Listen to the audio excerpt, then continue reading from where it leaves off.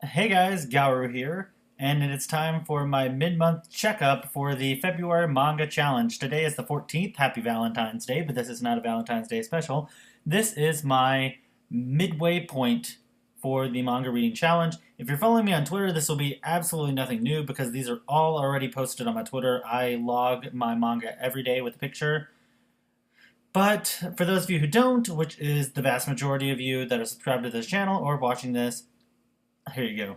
I'm going to speed through some of these because a good 6 or 7 of these, actually maybe closer to 8, I don't know. I've reviewed some of these already for Yaoi Week because I did read Yaoi Week in February purposely so that I could double up and count those. And I did add an extra rule for myself. I am not reading anything I've already read before. There's one manga that I've already read before that I'll show you, but I'm not counting it towards this challenge. Everything else is something that has been on my shelf that I haven't read. So let's go ahead and get started. First up, on day 1 was Our Everlasting Volume 1. I hated this a lot. That's pretty bad. Day 2, I read Our Everlasting Volume 2. Again, I reviewed this in Yaoi Week. This is Yaoi Week Day 2. I did them out of order because I actually read this first expecting to really like it, and I hated it. So I didn't want to start off the week on a negative note, so I went ahead and reviewed something else first. Day 3, I reviewed Liberty Liberty, which is Yaoi Week Day 1. Like I said, I I aired this first because I had more positive feelings towards this than I did Our Everlasting. So it was actually my third read, but I reviewed it first. Then on day 4, February 4th, I read 2. I read Everlasting Love and You Will Fall in Love. Both of these are in Yaoi Week. I forget which day because I'm getting them really mixed up. But I went ahead and read 2. I've read 2 a couple of days.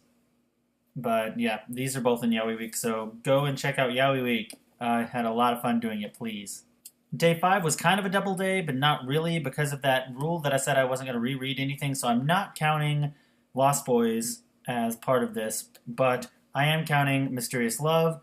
I did read them both the same day because I needed to review them for Yaoi Week, but I hadn't read this in like at least 7 years, so I needed to refresh myself on it. So this one didn't count, but I wanted to showcase it anyway because it was something that I read and reviewed, so go and check that out.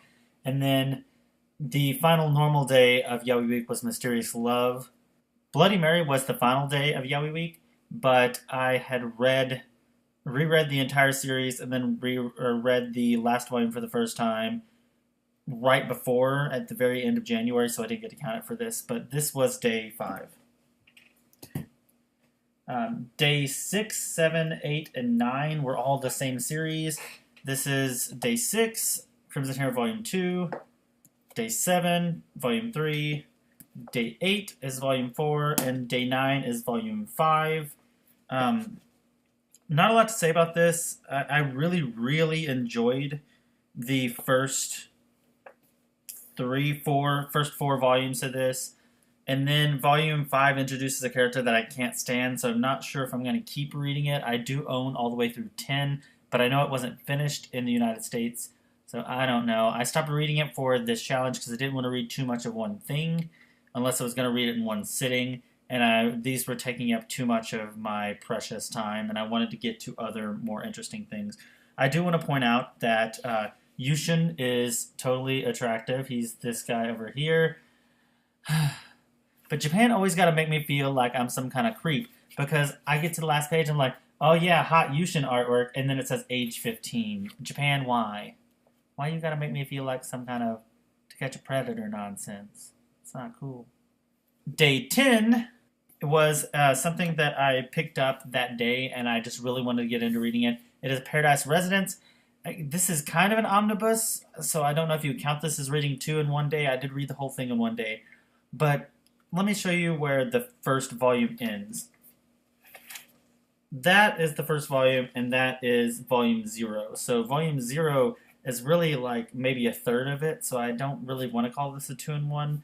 I haven't seen the others in person, so I don't know if they're 2-in-1s, but I definitely want to finish the series. It's only 3 volumes, and then it's complete. It is by the creator of Oh My Goddess, which is another really good manga and anime series if you haven't seen it. I really want to collect the Oh My Goddess omnibuses, and I should have done that at the Right Stuff holiday sale, but I totally blew it because they were $10 a piece and I could have got caught up. But I blew it. Maybe they'll be on sale. Maybe we'll have a Dark Horse sale coming up soon. But even then, I would have to catch up on Berserk. So, day 11, I read two again. I read a complete series, Game X Rush. It was very rushed, I can say that. There's some Shonen Ai elements to this that were very, very, very awkward. The basic plot is about this guy who is a bodyguard and this guy who claims he is an assassin, and how they become rivals slash friends slash maybe into each other. The first volume is very episodic, and the second volume is it just crams its entire big story and ties the two characters together in a really weird way that just didn't seem believable to me. So I'm not sure if I enjoyed it. Also, it's a Tokyo Pop release, so one, they're out of print. I got these for $2 a piece, so I don't really care. But one, they're out of print. And two, if you look at the paper quality of this one, Volume 1 is, the paper quality is super thin. I thought that Volume 1 and Volume 2, I thought Volume 2 was way longer, because when you look at them together, Volume 2 looks like it is way longer. But it's just the paper quality in Volume 2 is better, because Tokyo Pop just had the most inconsistent releases, because this is like thick paper. This is what you would expect.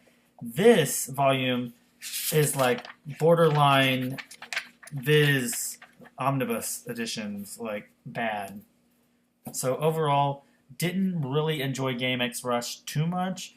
It wasn't bad, it's just I wish that the first volume had more of the actual story. It did a pretty good job of setting up the characters, but as far as actual story, it really was all crammed into Volume 2, and it made the two volumes feel lopsided. Like, you could probably read Volume 2 and get the entire story. Volume 1 just sets up 3 separate characters.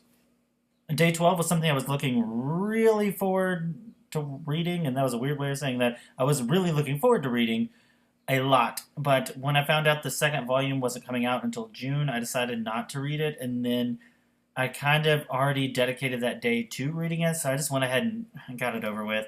And that is Psychopaths, and this is the Inspector Shinya Kogami story. It is a short series. I think it has 3, maybe 4 volumes, and then it'll be done.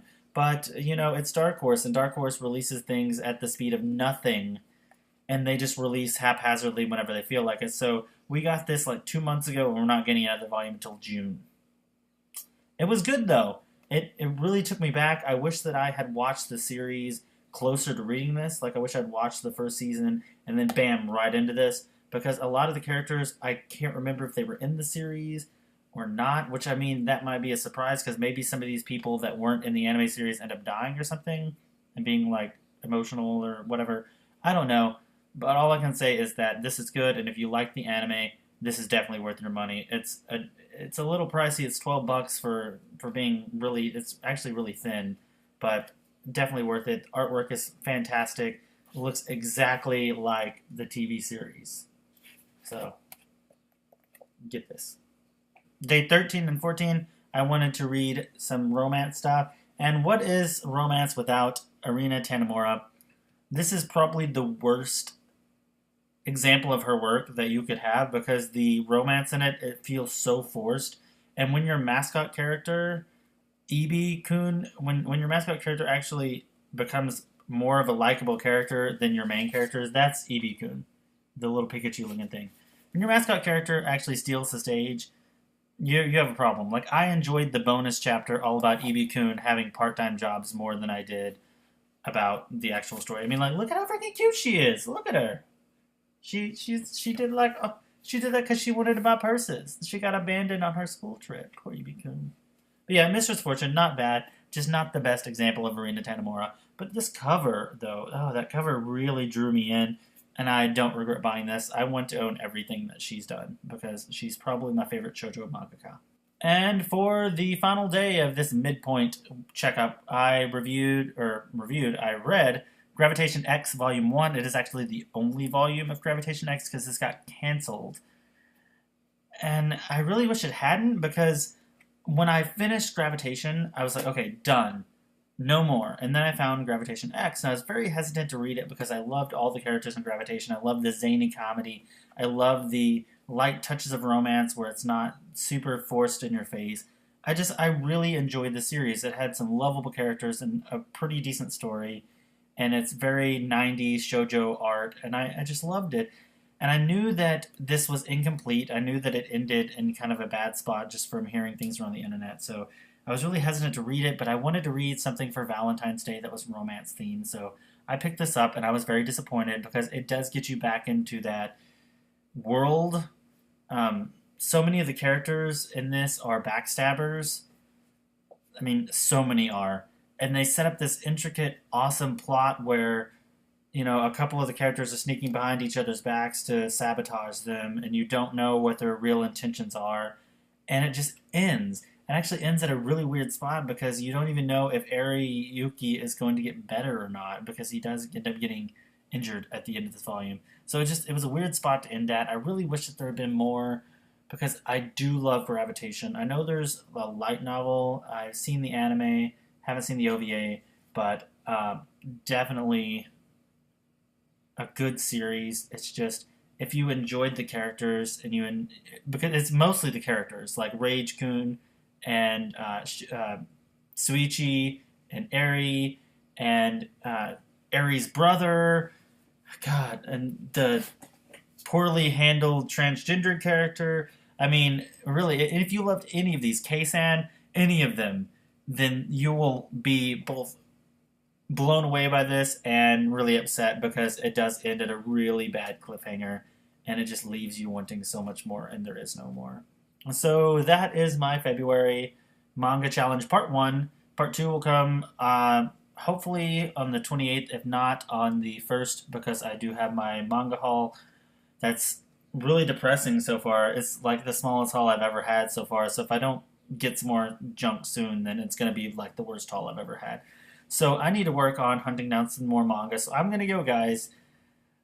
Once again, my name is Gauru. That is Gauru for my friends in Discord that can't pronounce it. Gauru. Like, ow, I stubbed my toe, but God, it was great. RuPaul's Drag Race. That's how you should remember it. And remember, keep collecting.